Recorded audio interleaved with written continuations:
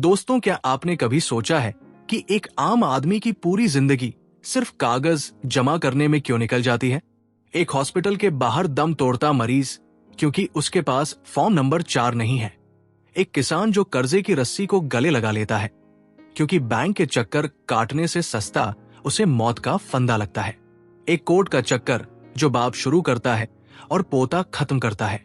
हम कहते हैं कि हम मॉडर्न हो गए हैं, हमारा देश डेवलप हो रहा है, लेकिन सच तो यह है कि हम एक ऐसे जाल में फंस चुके हैं जहां सॉल्यूशन ही प्रॉब्लम बन चुका है। हमने सिस्टम को इतना बड़ा और इतना पेचीदा यानी कॉम्प्लेक्स बना दिया है कि अब यह सिस्टम हमें सुविधा नहीं दे रहा, बल्कि ये हमें खा रहा है।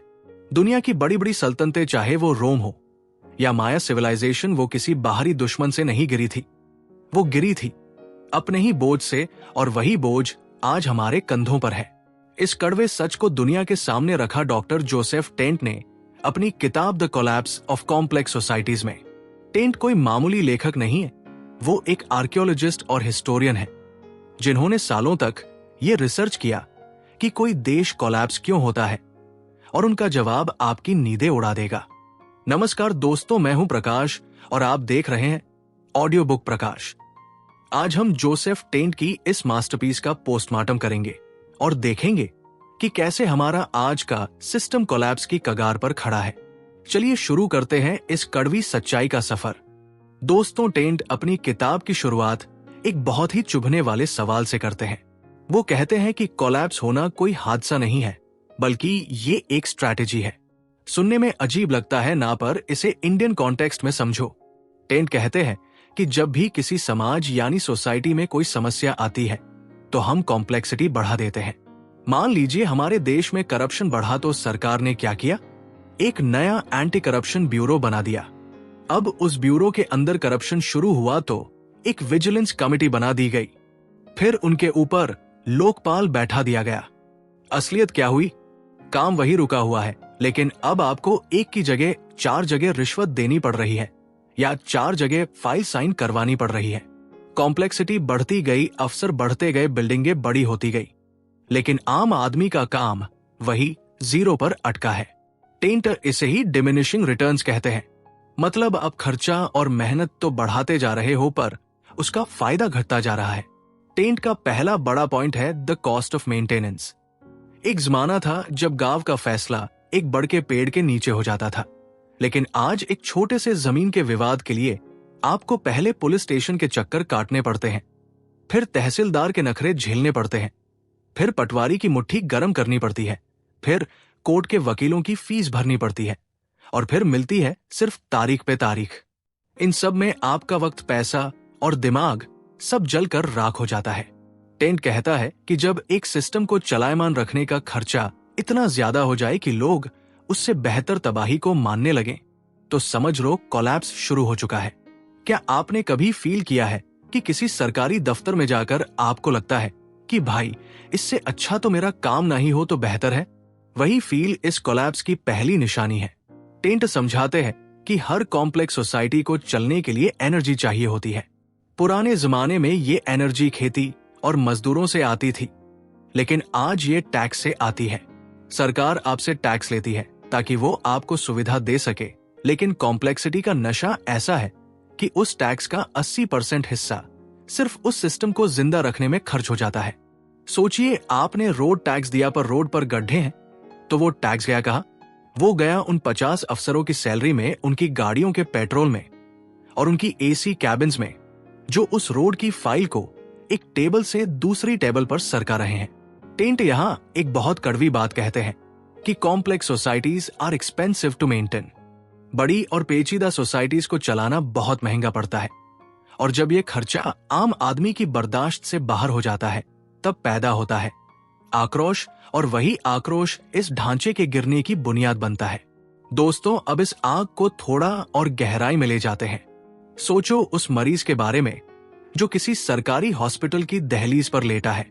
हॉस्पिटल की बिल्डिंग भव्य है, वहां मशीनें भी है, पर सिस्टम इतना कॉम्प्लेक्स है कि मरीज को पहले पर्ची बनवानी है, फिर काउंटर नंबर 3 पर जाकर स्टैंप लगवाना है, फिर लाइन में लगकर अपना नंबर आने का इंतजार करना है।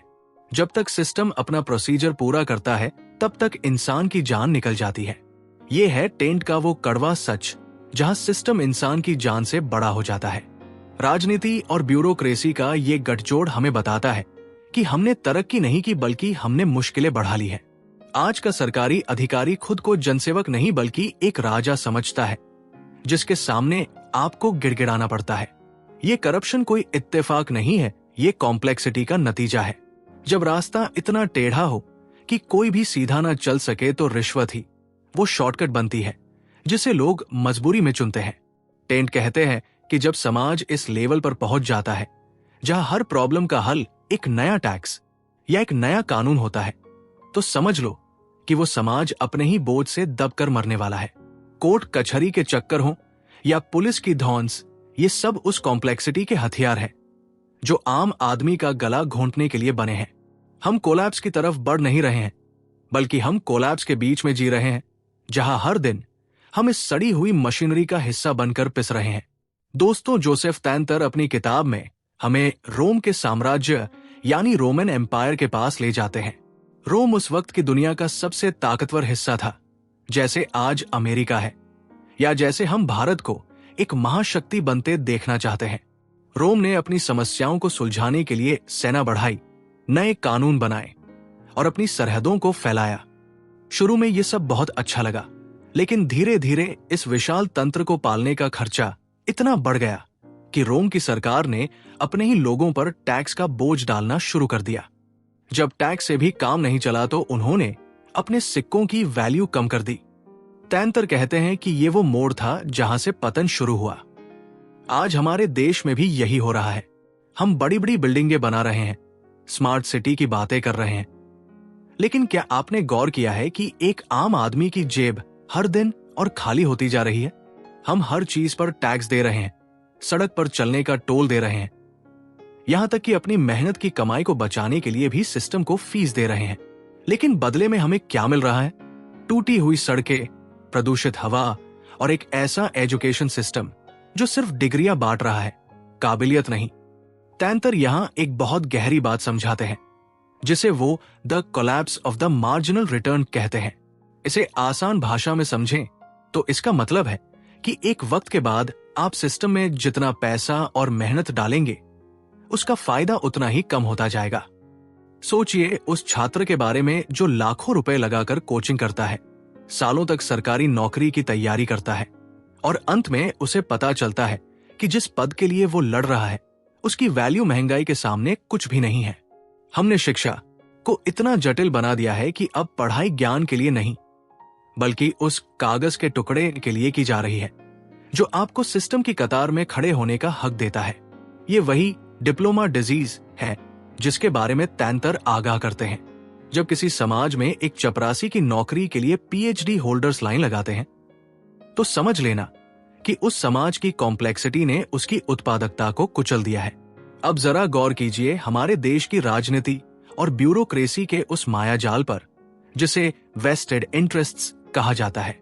तैंतर बताते हैं कि जब सिस्टम इतना बड़ा हो जाता है तो उसमें बैठे लोग यानी अफसर और नेता अब जनता की सेवा के लिए नहीं, बल्कि उस सिस्टम को बचाए रखने के लिए काम करते हैं।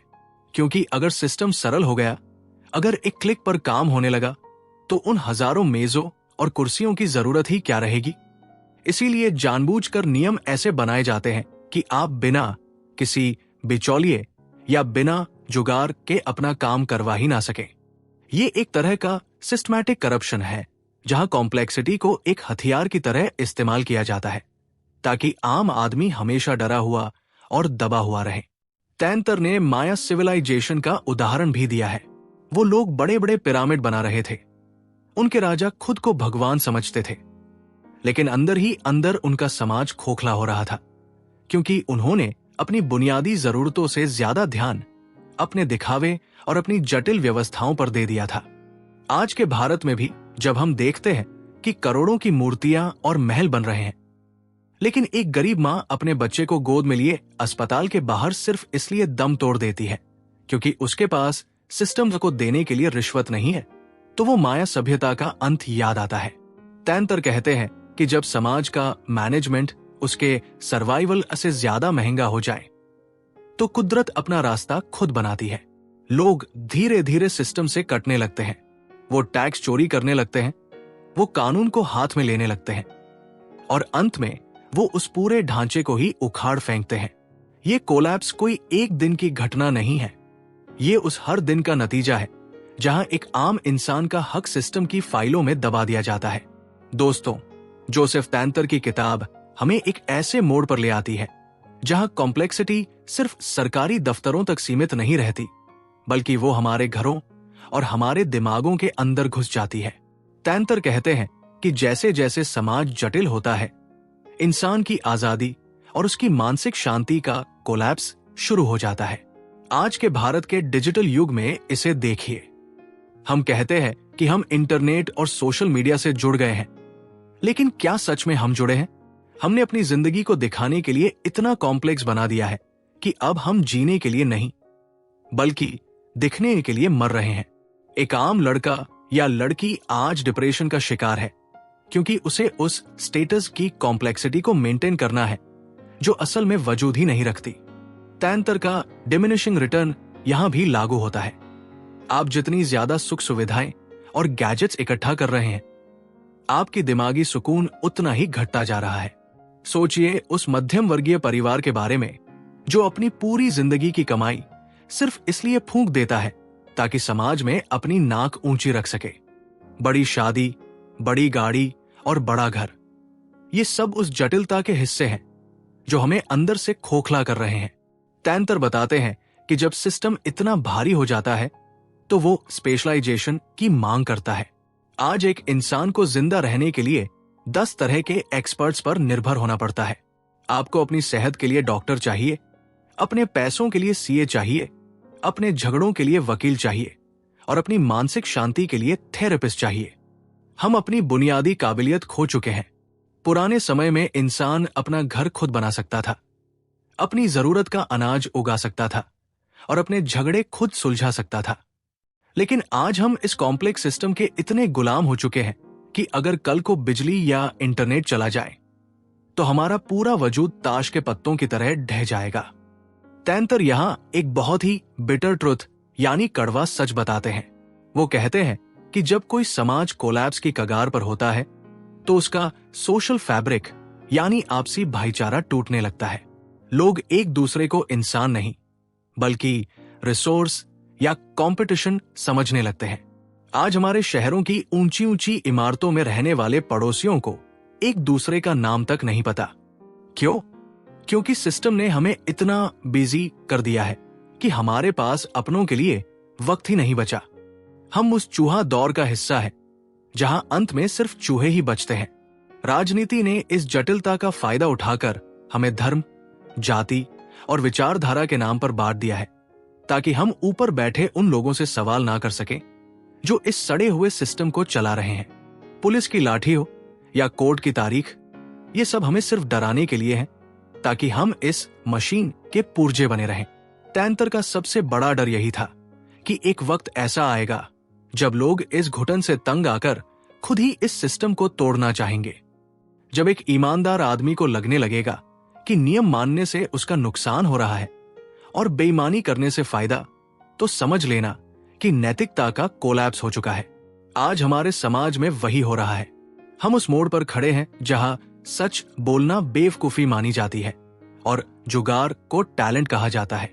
ये किसी भी सभ्यता के अंत की पहली और सबसे बड़ी निशानी है। हम महलों में तो रह रहे हैं, लेकिन हमारी रूहें उस जेल में बंद है जिसे मॉडर्न सोसाइटी कहा जाता है।